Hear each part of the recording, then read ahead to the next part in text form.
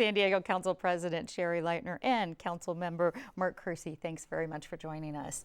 Now, Sherry, thank you for having us. You got it. Now, Sherry, one of the major big announcements that the mayor said last night was this plan to have a task force for building the Charger Stadium.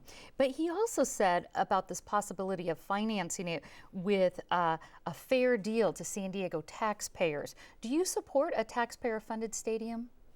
This is something that the voters would have to decide upon. Personally, I know how important the Chargers are, and we need to keep them.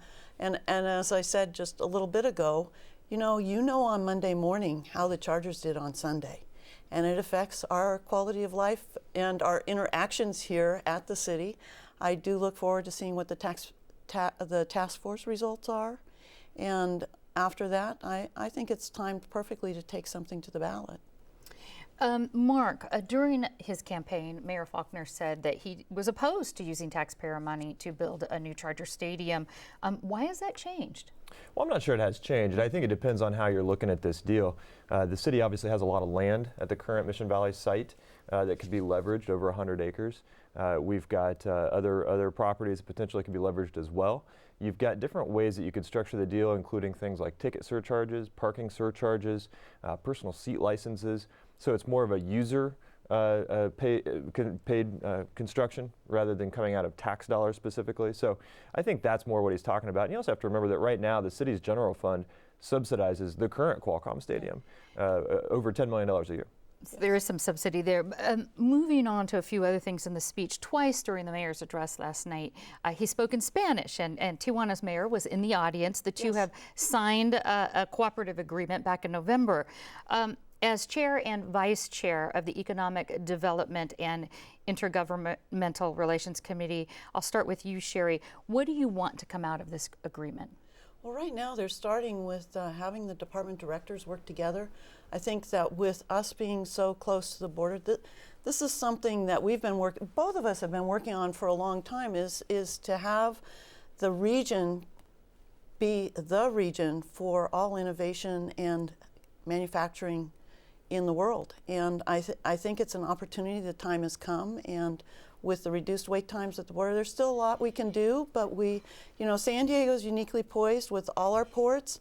We need to take advantage of our relationship with Mexico, with Tijuana, Tecate, and Ensenada in particular.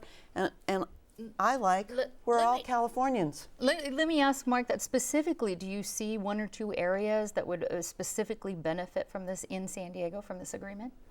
Well, I think that there's a number of ways that we can work together on things such as infrastructure, putting together joint economic development agreements. I think there are definitely ways that we can build on the foundation of that MOU that the mayors both signed back in November. Well, speaking of infrastructure, ambitious promise by Mayor Faulconer last night, 1,000 miles of San Diego streets over the next 5 years.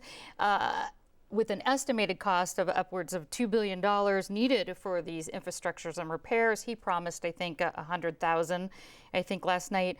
We know about this $120 million bond measure to pay for this. I'll start with you, Mark. Where do you get the rest of the money? Well, it all comes back to infrastructure, doesn't it?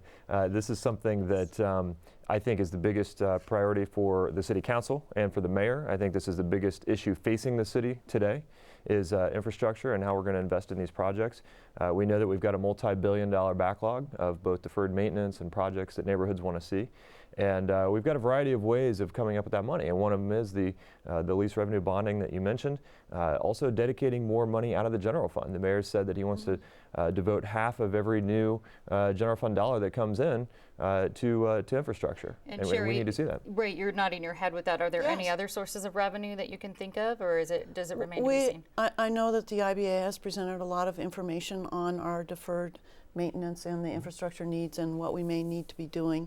I think what's very important is Mark is going to have at his committee next week is the 5-year plan for the capital improvement projects and addressing our deferred maintenance needs. We need to get a number. We still have a number of outstanding assessments that need to be done, and until we have a number, it's really hard to speculate on what you're going to do going forward. I do believe we've tapped out. We're getting close to tapping out the lease revenue, but we have seen other models for how to finance infrastructure improvements.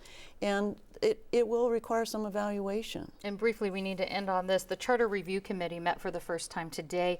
It's why meeting is this? today. It's right. And so why is it important to the city to have this Charter Review Committee? It is something that we've been working on for a couple years now with the clerk's office and city attorney's office.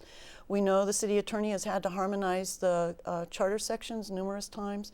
Plus, we had the concern when Mayor Filmer was in office as to how you remove a mayor or conceivably a city attorney or even a city council member for conceivably even being incapacitated. Sure, So lots of reasons for that, and there'll actually be redistricting, we have a whole lots slew of of reasons. things. The public is invited to participate. They can find more out about We that want on a our plain talk website. charter. Sure, there we go. 21st century. Okay, Council President Sherry Leitner and Councilman Mark Kersey, thanks so much. Thank you very much. Thanks, Peggy.